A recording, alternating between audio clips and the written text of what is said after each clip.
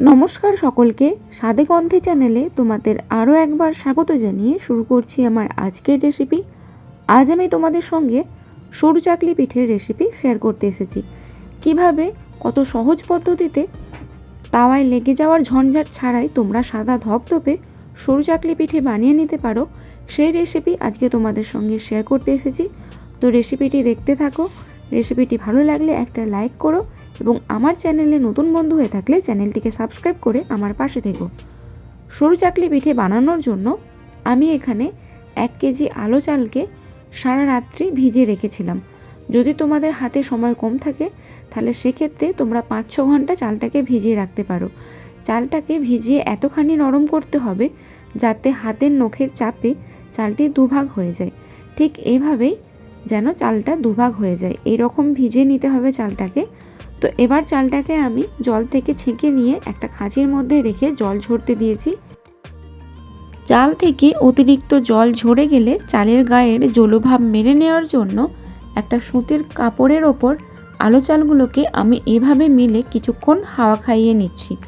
যদি তোমাদের খুব বেশি তাড়া থাকে তাহলে সেক্ষেত্রে তোমরা ফ্যানের হাওয়া দিয়ে নিতে পারো, তবে কিন্তু চালগুলো রোদে দেওয়া শুকানো যাবে না, শুধু ওই চালের গায়ের জলভাবটা মেরে নিতে হবে। এবার ওই ঝুরঝুরে চালগুলোকে তোমরা শিলনোড়ায় বেটে এগুলোকে গুঁড়িয়ে নিতে পারো বা চাইলে মিক্সিতে পেস্ট করে নিতে পারো। ঠিক এই রকম একটা মিহি গুঁড়িতে পরিণত করে নিতে হবে।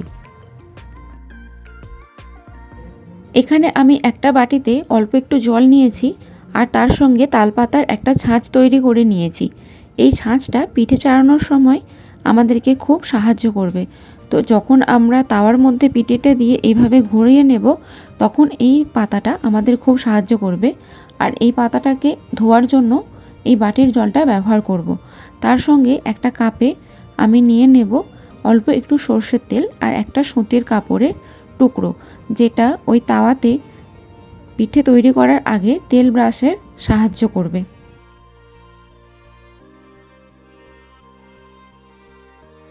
পিঠের ব্যাটার তৈরি করার জন্য গরম জল ব্যবহার করব, তাই আগে থেকেই জলটা গরম করে রেখেছি।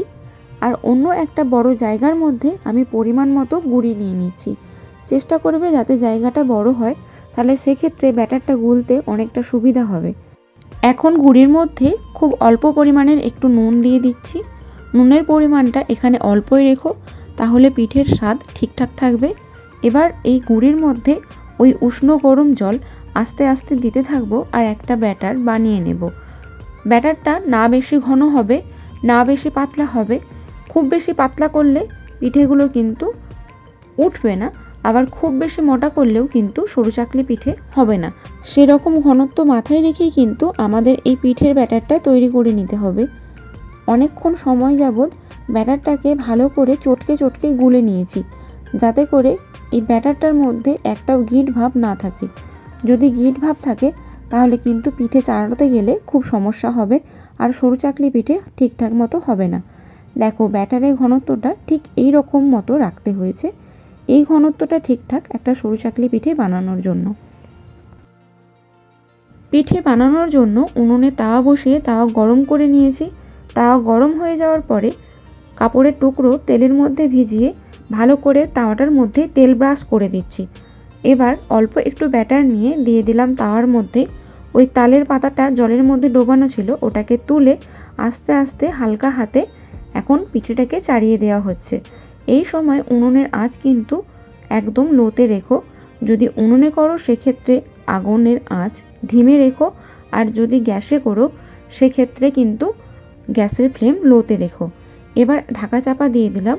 ঢাকা চাপা দিয়ে পিঠেটা হতে দেব 2 থেকে 3 মিনিট। একটা পিঠে হতে ওই 2-3 মিনিটের মতোই সময় লাগে। তো ঢাকা চাপা দিয়ে পিঠেটাকে হতে দিলাম। ঢাকাটা খুলে দিচ্ছি, দেখো পিঠেটা হয়ে গেছে। পিঠেটার এক সাইডে কিন্তু উঠে গেছে, তো এটা দেখেই বুঝতে হবে পুরো পিঠে হয়ে গেছে। পিঠেটাকে তুলে নিলাম, দেখলে খুব সুন্দরভাবে পিঠেটা তাওয়া থেকে উঠে গেল। ঠিক ওই একই প্রসেসে একই পদ্ধতিতে বাকি পিঠেগুলোও তৈরি করে নেওয়া হবে। পিঠে ভালো হয় পিঠের ব্যাটার গোলাতে, তাই পিঠে যখন তৈরি করবে অবশ্যই পিঠের ব্যাটারটাকে খুব ভালো করে তৈরি করে নেওয়ার চেষ্টা করো, কারণ পিঠের ব্যাটার যত ভালো হবে পিঠে তত ভালো উঠবে এবং পিঠে খেতেও কিন্তু ভালো হবে।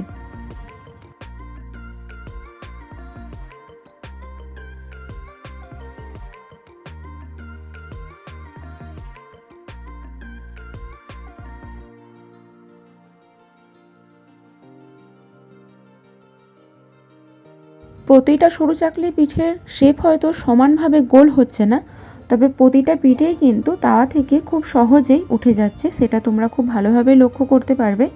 এই পিঠেটাও দেখো খুব সহজেই কিন্তু তাওয়া থেকে উঠে গেল। তো এইভাবেই প্রত্যেকটা পিঠে বানিয়ে নেব।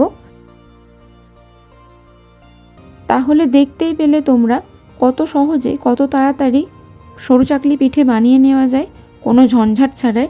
তো আজকের ভিডিওটা আশা করব তোমাদের ভালো লেগেছে।